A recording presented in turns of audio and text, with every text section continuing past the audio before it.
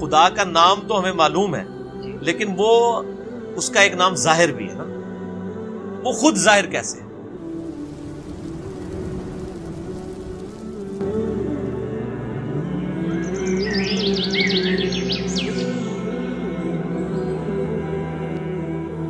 خدا اپنی قدرتوں سے ظاہر ہے، وہ اتنا ظاہر ہے کہ اس سے زیادہ کوئی ظاہر نہیں ہے، لیکن وہ اتنا پوشیدہ ہے کہ اس سے زیادہ پوشیدہ کوئی نہیں ہے۔ کیوں؟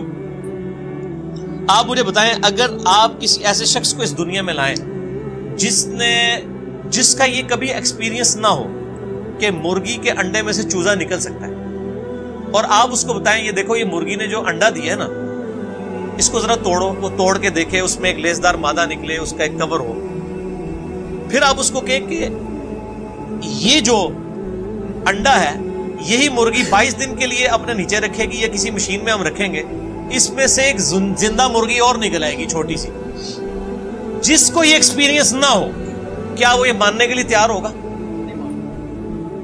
اگر کسی شخص کو یہ درخت دکھائیں اور کہیں یہ درخت دیکھ رہے ہو، ہاں جی ہے، اس کا ایک بیج توڑے جو اس میں سے یعنی پھول میں سے نکلتا ہے، اس کو کہیں گے جی یہ جو بیج ہے نا اس بیج کو جب میں زمین میں بوؤں گا نا تو یہ اس سے 6 ارب گنا بڑا درخت بن جائے گا اسی بیج میں سے نکل کے۔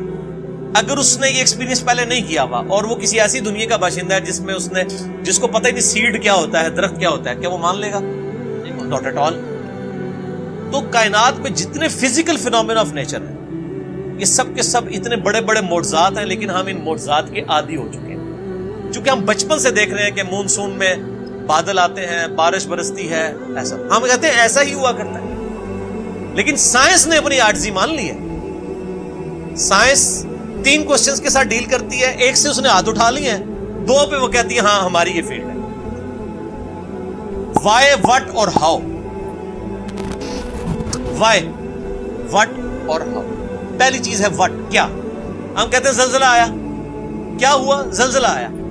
سائنس سے جب پوچھتے ہیں کہ یہ زلزلہ کیوں آیا، وائی، تو وہ کہیں گے ٹیکٹونک پلیٹس کی ڈسٹربنس کی وجہ سے۔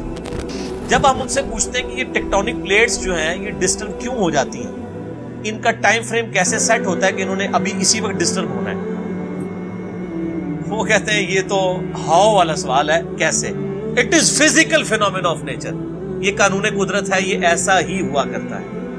ہر چیز کے اینڈ پہ آپ کو سائنس ایک ہی جواب دے گی، فزیکل فینومینا آف نیچر، قانون قدرت۔ وہ اس کو مانے ہوئے۔ مدر نیچر کیوں کہہ رہے ہوتے ہیں مدر نیچر؟ تو کیا یہ مدر نیچر نے سارے قوانین خود بنائے ہیں؟ ہم جب کوئی ڈسکوری کرتے ہیں، لوگ پرانے زمانے کے لوگ نا جب ان کو بتایا جاتا ہے انڈے سے چوزا نکلتا ہے، بس ان کا اتنا ایمان تھا۔ اب سائنس نے اور ترقی کی، انہوں نے کہا جی اس طریقے سے اس کے اندر زندگی موجود ہوتی ہے، یہ ہوتا ہے، یہ سٹیجز طے کرتے کرتے ایک خاص حد تک یہ آگے جاتے ہیں، اینڈ پہ جا کے جواب کیا ہوتا ہے؟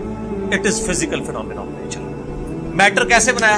اچھا جی، matter can never be created not be destroyed, first law of تھرموڈائنمکس۔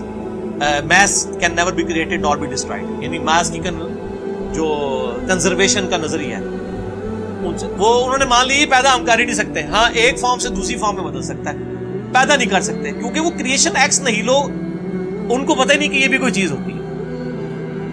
وہ کہتے ہیں بس سب کچھ تھا اب آگے چلیں، ہم کہتے ہیں وہ سب کچھ تھا اس سے پہلے کیا تھا؟